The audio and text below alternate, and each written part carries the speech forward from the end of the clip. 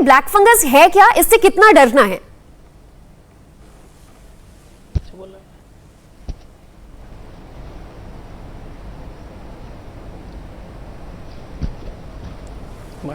Hello doctor Rajesh, मेरी आवाज आ रही है आपको?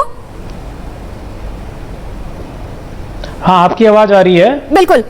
तो ब्लैक फंगस जो कह रहे हैं हम लोग, ये एक म्यूकोरमाइकोसिस नाम की फंगस है और ये होती है ऑलवेज हवा में तो होती ही है, लेकिन उन लोगों में आके बैठ जाती है जिन लोगों की इम्यूनिटी कम होती है। और अभी ये देखा जा रहा है कि कोविड के बाद में जिन लोगों को ये कोविड से रिकवर कर रहे हैं या साथ साथ में कोई कोमॉर्बिडिटी है, जैसे जिनको डायबिटीज़ है या फिर कोई रीनल ट्रांसप्लांट हुआ है या कोई इस तरह की बीमारियां साथ में है, तो कोमॉर्बिड कंडीशन, इम्यूनिटी जिसकी लो हो, ऐसे लोगों को ये हवा में रहने वाले ये स्पोर्स आके वहाँ बैठ जाते हैं और वहाँ पर लोकली ग्रो करके और उसके आसपास के एरिया को डिस्ट्रॉय करते हैं। अगर नाक में गए तो वहाँ से साइनस में चले जाते हैं और साइनस में से नीचे जाते हैं तो जबड़ों में और जो दांत के ऊपर की लाइनिंग है उसमें चले जाते हैं, और अगर ऊपर की तरफ गए तो आँख में जाती है, और ज़्यादा पीछे चले गए तो ब्रेन तक जा सकता है। इसलिए ये जो ब्लैक फंगस है या म्यूकोरमाइकोसिस है जो कि हवा में ही रहता है, पर इनको हमें बचाव ये करना है कि ये अंदर नाक में जाए नहीं, और जाए तो निकल जाए और साइनस में या आगे कहीं पहुँचे नहीं। जैसे ही ये पता चलता है कि किसी को कोई तकलीफ है, पोस्ट कोविड है, और उसको दांत में दर्द होना या आंख में डीप सीटेड पेन होना या चेहरे पे दर्द होना या चेहरे पे सूजन आनी या आंख पे सूजन आनी या हेडेक होना, ऐसे कोई भी सिम्टम्स आते हैं तो तुरंत ही डॉक्टर को दिखाएं और अपना एग्जामिनेशन करवाएं। नाक में एंडोस्कोप द्वारा देखने से ये पता चल सकता है कि अंदर फंगस शुरू हुई है या नहीं। अंदर से स्वाब लेना पड़ सकता है, और जो भी एंडोस्कोपिक एग्जामिनेशन है या जो हम बोलते हैं क्लिनिकल एग्जामिनेशन को, उसको रेडियोलॉजिकल और बाकी उसकी हिस्ट्री के साथ में मैच करके और फिर बाद में बायोप्सी या माइक्रोबायोलॉजी से उसे प्रूव करना पड़ता है कि ये फंगस है। ज़्यादातर चीज़ें को हम लोग क्लिनिकली पता कर सकते हैं कि ये पॉसिबली ब्लैक फंगस है और उसकी ट्रीटमेंट उसी हिसाब से तुरंत चालू की जा सकती है। तो ये सिम्टम्स इस तरह के जो आप बता रहे हैं, अगर ऑब्जर्व करते हैं लोग तो फिर उन्हें तुरंत डॉक्टर को दिखाना चाहिए और उसके बाद ब्लैक फंगस का ट्रीटमेंट शुरू किया जाता है। डॉक्टर सुमित्रा रावत भी हमारे साथ जुड़ चुके हैं, नेशनल टास्क फोर्स की सदस्य हैं। डॉक्टर सुमित्रा, जिस तरह के सिम्टम्स बताए जा रहे हैं, ये ऐसे सिम्टम्स हैं जो सिर्फ कोरोना वाले नहीं, नॉन कोविड पेशेंट्स में भी अक्सर देखने को मिलता है। तो क्या ब्लैक फंगस ये समझा जाए कि सिर्फ कोविड से रिकवर हो चुके या कोविड पेशेंट्स को होता है, या नॉर्मली भी किसी को हो सकता है? हाँ जी, हमें यह देखना है कि प्री डिस्पोजिंग फैक्टर्स होने चाहिए। प्री डिस्पोजिंग फैक्टर, अगर कोई कोरोना से रिकवर कर रहा है और कोरोना के टाइम पे अगर वो आईसीयू में एडमिट रहा है, उसको डायबिटीज है और उसने स्टीरॉइड कोरोना ट्रीटमेंट में हाई डोज में लिए हैं, उनको कैंसर है या पोस्ट ट्रांसप्लांट है, तो ये हाई रिस्क हैं। तो इसमें उनको जरूर एहतियात बरतनी चाहिए। जैसे कि मेरे कोलीग ने भी बोला है कि आप जब रिकवर होके घर आए, सारी चीजें देखें। साइनसाइटिस के लिए अगर आपकी नाक ब्लॉक तो नहीं है और आपको नाक के यहां अंदर की तरफ काले रंग का डिस्कलरेशन तो नहीं है, दांतों में पेन तो नहीं है, और फिर डबल विजन तो नहीं हो रही है, आपको देखने में दिक्कत ना हो रही हो, डबल विजन, ब्लड विजन, इसके साथ साथ आपको ये भी देखना है आपको फीवर तो नहीं है, कोई स्किन लीजन जो काले काले या स्किन चेंजेस तो नहीं है। ये जो चीजें हैं इसको मिस नहीं करना है। अगर थोड़ा भी दांतों में पेन है या कोई डिस्कलरेशन है या नाक ब्लॉक है, डॉक्टर के पास जाइए। डॉक्टर आपका एग्जामिनेशन करेगा, वहां से स्वैब लेगा और उसके बाद एक स्पेशल स्टेनिंग होती है वो करते हैं। नाक को भी देखेंगे, ऑप्थेल्मोलॉजिस्ट आंखों को भी देखेंगे, एक एंडोस्कोपी जो नेजल एंडोस्कोपी होती है वो करके देखते हैं, और साथ में एमआरआई स्कैन की भी जरूरत अगर डॉक्टर कहते हैं तो वो है। और इसके लिए वही है कि जब आप रिकवर करें और ये सब तभी होता है आप जब गंदगी में रहते हैं। बहुत सारे लोग क्या करते हैं, जब कोरोना हो जाता है नहाना कम कर देते हैं या बंद कर देते हैं टायर्डनेस के कारण। तो उसमें वही है, आपको अपना पर्सनल हाइजीन मेंटेन करना है, रेगुलर बाथ लेना है, एंड जो क्लीन स्टेराइल वाटर से वो जो ऑक्सीजन थेरेपी आप लेते हैं वो स्टेराइल वाटर से लीजिए, गंदी चीजें यूज ना करिए। और रिकवर करने के बाद आप वहां मत जाइए जहां पर डस्ट वगैरह ज्यादा है, जहां पर कि कंस्ट्रक्शन का काम चल रहा है। तो आपको ये सब एहतियात बहुत जरूरी है। सर, बहुत ही बेसिक लेकिन बहुत जरूरी बातें आप बता रहे हैं, जो अक्सर न सिर्फ कोविड पेशेंट्स को, आमतौर पर हर एक इंसान को ध्यान रखना जरूरी हो जाता है, पर्सनल हाइजीन। डॉक्टर राजेश, आप खुद ईएनटी विशेषज्ञ हैं और ज्यादातर जो इसके सिम्टम्स हैं वो ईयर, नोज, थ्रोट, चेहरे पर देखने को मिल रहा है। एक बड़ी वजह बताई जा रही है ओरल हाइजीन की वजह से भी ये फंगस फैलता है। जी, अब इसमें सबसे पहले हमको ये समझना बहुत ज़रूरी है कि ये जो म्यूकर के स्पोर्स जो हवा में आते हैं ये पैदा कहाँ पे होते हैं। ज़्यादातर ये देखा गया है कि जो हमारे घरों में और होटल्स वगैरह में जो किचन का जो वेस्ट होता है, जो वेजिटेबल वेस्ट होता है, वेजिटेबल वेस्ट अगर किसी एक जगह पे ज़्यादा दिन रह गया या 2 दिन 3 दिन रह गया तो उसके अंदर ये म्यूकर माइकोसिस वाले फंगस डेवलप होते हैं और उसके स्पोर्स फिर वहाँ से हवा में उड़ते हैं और फिर नाक में या मुँह में या सब जगह जाते हैं। इसलिए जैसा सर ने कहा कि पर्सनल हाइजीन मतलब क्लीनलीनेस खुद की और अपने सराउंडिंग की दोनों बहुत ज़रूरी है। तो जब वो क्लीनलीनेस रहेगी तो ये सब के होने के चांसेस कम हो जाते हैं। और जहाँ तक पर्सनल मतलब ओरल कैविटी की बात करते हैं तो ओरल कैविटी में भी क्या है कि रेगुलरली अब गर्म पानी से उसको वॉश करते मतलब वार्म गार्गल्स करते रहें, गर्म पानी थोड़ा सा पिएं। नाक के अंदर में भी नेजल हाइजीन की बहुत ज़रूरत है ना। जिसको कोविड से रिकवर हुआ है या जिसको कोविड हुआ है, इस सेकेंड वेव में ये देखने को मिल रहा है कि ये स्ट्रेन जो भी है इस स्ट्रेन से म्यूकोजल इडिमा कुछ ज़्यादा हो रहा है। फर्स्ट वेव में भी म्यूकोरमाइकोसिस था, ऐसा नहीं है कि नहीं था, लेकिन कुछ कम मात्रा में था। इस सेकंड वेव में उसकी मात्रा बहुत ज़्यादा बढ़ गई है क्योंकि इस स्ट्रेन के चक्कर में जितनी भी म्यूकोजा नाक की और साइनस की है या अपने पूरे एयरवे की है, यहाँ तक कि लंग्स तक की, तो वो म्यूकोजा में सूजन कुछ ज़्यादा आती है। जब सूजन ज़्यादा होती है तो म्यूकोजा की जो नॉर्मल सीलियरी एक्शंस हैं, जो कि कोई भी गंदगी वहाँ पर आके बैठती है तो उसको वो बाल जैसे जो कण होते हैं वो उसको हटा देते हैं, उसको वहाँ से साफ कर देते हैं, वो प्रक्रिया बंद हो जाती है। तो वो प्रक्रिया बंद होने से क्या है कि स्पोर्स वहाँ घर कर जाता है। और जैसा सर ने बताया कि जिन लोगों को कोमॉर्बिडिटी है, डायबिटीज़ है, ट्रांसप्लांट हुआ है या ऐसी कोई तकलीफ है, तो ऐसे लोगों को जब वो घर कर जाता है तो उसकी वैसे ही शुगर ज़्यादा हो गई होती है या स्टेरॉइड लिया है तो शुगर हो गई है या शुगर पहले से ही है, तो ऐसे लोगों में उसको एक ब्रीडिंग ग्राउंड मिल जाता है इस म्यूकोरमाइकोसिस के स्पोर्स को, और वो वहाँ पे फैलने लगता है और फैलता है तो आसपास में जाने लगता है। इसीलिए नाक का जो है नेजल केयर बहुत ज़रूरी है, ओरल केयर बहुत ज़रूरी है, सराउंडिंग क्लीन रहना बहुत ज़रूरी है।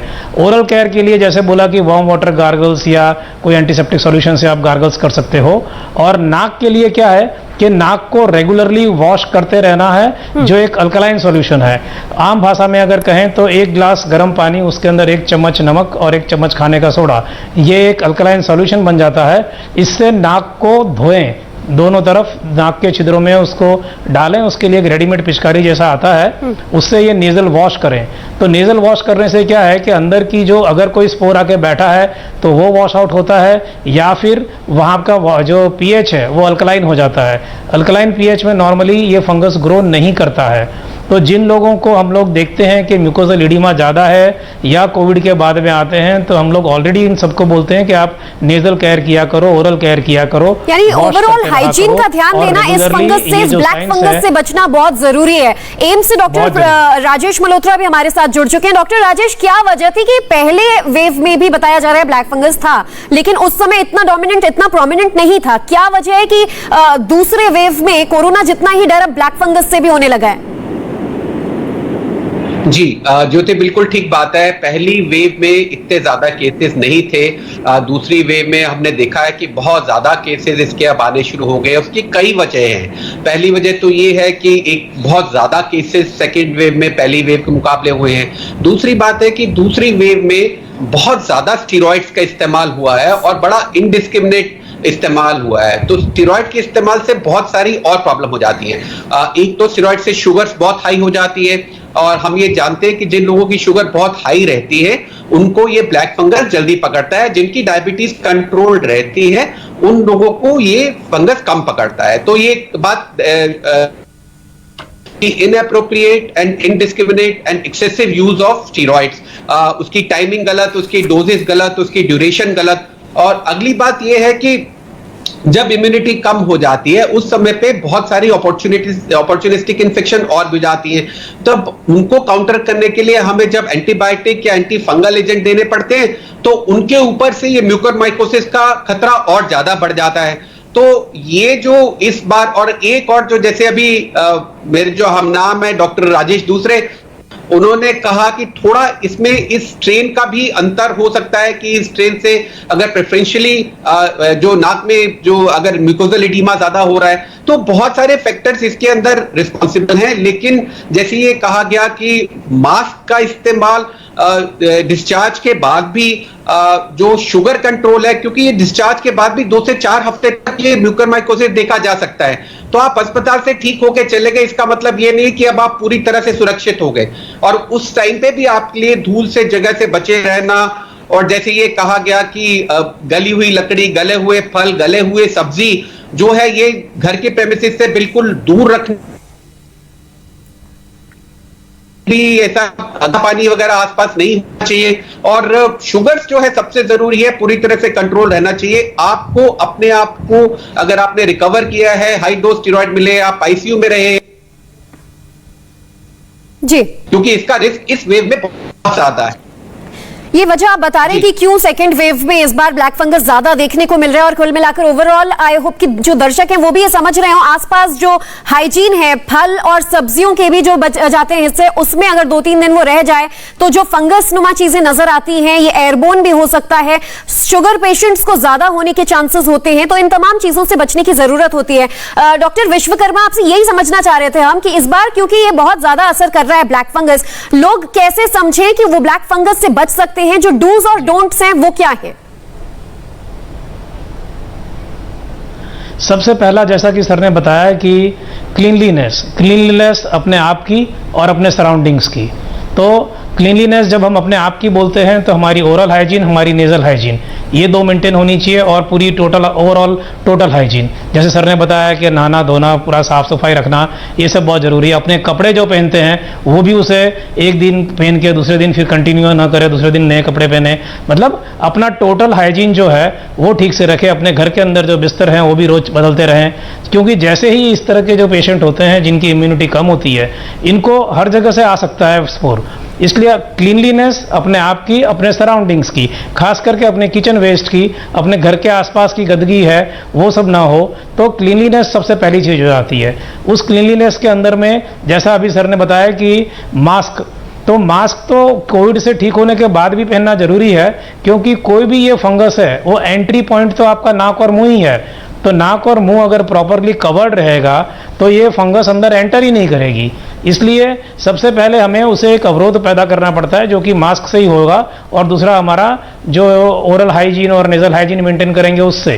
तो दूसरी चीज ये हो गई, तो सफाई हो गया, हमारा मास्क का यूज हो गया। और मास्क के यूज में भी ये बहुत जरूरी है कि मास्क, जैसे अगर कई लोग देखते हैं कि N95 लिया और उसको हफ्ते 15 दिन तक पहनते रहते हैं, तो वो किसी काम का नहीं रहा। ठीक है, तो मास्क भी क्लीन होना चाहिए। अगर आप डिस्पोजेबल पहनते हैं तो उसको 1 दिन के बाद डिस्पोज कीजिए, और अगर आप क्लॉथ का मास्क पहनते हैं तो उसको रोज वॉश कीजिए। 2-3 मास्क रखिए, उसको धो के पहनते रहिए। तो अपने मास्क की भी क्लीनलीनेस बहुत जरूरी है, अपने आप की भी क्लीनलीनेस जरूर है, अपने सराउंडिंग्स की क्लीनलीनेस जरूरी है। और चौथी सबसे बड़ी बात यह है कि जो भी व्यक्ति को है कोरोना से रिकवर हुआ है, उसका ग्लाइसेमिक कंट्रोल पूरा अप्रोप्रिएट चाहिए। मतलब उसका जो ब्लड शुगर लेवल है बिल्कुल सही मात्रा में मेंटेन रहना चाहिए, चाहे उसे दवाइयां गोली के फॉर्म में लेनी पड़े, चाहे इंजेक्शन के फॉर्म में लेनी पड़े। तो अपने जो ग्लाइसेमिक कंट्रोल बहुत जरूरी है, शुगर कंट्रोल रहना मरीजों में बहुत ज्यादा जरूरी है। डॉक्टर सौमित्र, जो डॉक्टर राजेश भी एक वजह बता रहे थे, स्टेरॉइड्स की वजह से लोग ज्यादा प्रोन हो जाते हैं कि उन्हें ब्लैक फंगस कैच करे, लेकिन ह्यूमिफाइड ऑक्सीजन आजकल सेकंड वेव में कोरोना में बहुत ज्यादातर पेशेंट्स को देना पड़ रहा है, और ये भी एक बड़ा सर्कमस्टेंस या कंडीशन बताई जा रही है जिसमें ब्लैक फंगस पनपता है। बिल्कुल ठीक बोला आपने। तभी हम लोग सारे डॉक्टर यही बोलते हैं, जब भी आपको कोरोना डायग्नोस हुआ है आप डॉक्टर से ट्रीटमेंट लीजिए। लोग बाग क्या करते हैं, वो अपना ट्रीटमेंट दूसरे को भेज देते हैं। अब दोनों लोगों के सिम्टम्स अलग होते हैं। स्टीरॉइड तभी देते हैं जब ऑक्सीजन सैचुरेशन कम हो रहा हो, 94 से कम है और चेस्ट का थोड़ा बहुत इन्वॉल्वमेंट है। अब क्या होता है दिक्कत, उन्होंने अपना प्रिस्क्रिप्शन दूसरे आदमी को भेज दिया और उन्होंने हाई डोज स्टीरॉइड शुरू से ले लिया। अब शुरू से हाई डोज स्टीरॉइड लेना वो बहुत गड़बड़ चीज है, क्योंकि वायरस का लोड बहुत ज्यादा बढ़ेगा जब आप स्टीरॉइड लेते हैं और वो जो अपॉर्चुनिस्टिक इन्फेक्शन है वो सेट इन हो जाते हैं। तो उसमें जो स्टीरॉइड है उसको हर समय जुडिशियसली यूज करिए। आपको अपना ब्लड शुगर लेवल बहुत कंट्रोल में रखना है और क्लीन स्टेराइल वाटर यूज करिए ह्यूमिडिफिकेशन के लिए ड्यूरिंग दी ऑक्सीजन थेरेपी। अगर आपका वाटर में मिलावट है, गंदा वाटर से आप अगर ह्यूमिडिफिकेशन ले रहे हैं तो उससे भी रिस्क बढ़ जाता है और उसमें एंटीबायोटिक और एंटी फंगल जुडिशियसली यूज करना चाहिए। एब्सोल्युटली। डॉक्टर मल्होत्रा, आपसे ये जानना चाहेंगे कि जिस तरह से डूज डोंट्स क्यों पनपता है, ब्लैक फंगस क्या है, ये हम सब समझ रहे हैं। ब्लैक फंगस क्या जानलेवा हो सकता है? जी, और ना सिर्फ जानलेवा, बहुत हाई परसेंटेज में जानलेवा हो सकता है। इस कुछ एस्टिमेट्स के हिसाब से तो 50% से ज्यादा लोगों में ये जानलेवा हो सकता है, इसलिए क्योंकि ये जब नाक के रास्ते ये आंखों की तरफ जाता है और वहां से ब्रेन में जाता है। दूसरे इसमें एक ये टेंडेंसी होती है कि आपकी खून की नालियों को संक्रमित करके उसके अंदर जा सकता है और वहां से वो लोकली फैल सकता है। और एक और बात भी है कि क्योंकि ये सब उनमें हो रही है इन्फेक्शन जो पहले से ही बहुत इम्यूनोसप्रेस्ड है, जिनकी किसी भी बीमारी से लड़ने की क्षमता बहुत कम है, और फिर इसके इलाज से होने वाली जो इसके लिए जो दवाइयां हैं वो अपने आप में भी उनके जोखिम है, उनके साइड इफेक्ट्स है, और उन दवाइयों से इलाज करने के बाद में आपको दूसरी और इन्फेक्शन का खतरा बढ़ जाता है। जैसे कि अगर आप एंटी फंगल ट्रीटमेंट पे है तो ग्राम नेगेटिव इन्फेक्शन आपको हो सकती है। तो इतने सारे फैक्टर्स पेशेंट के अगेंस्ट पिच हो जाते हैं कि उसके लिए फिर ये जब तक कि इसको रोका नहीं जाए या बहुत जल्दी आइडेंटिफाई करके जल्दी ट्रीटमेंट नहीं किया जाए तो ये वाकई में जानलेवा हो सकता है।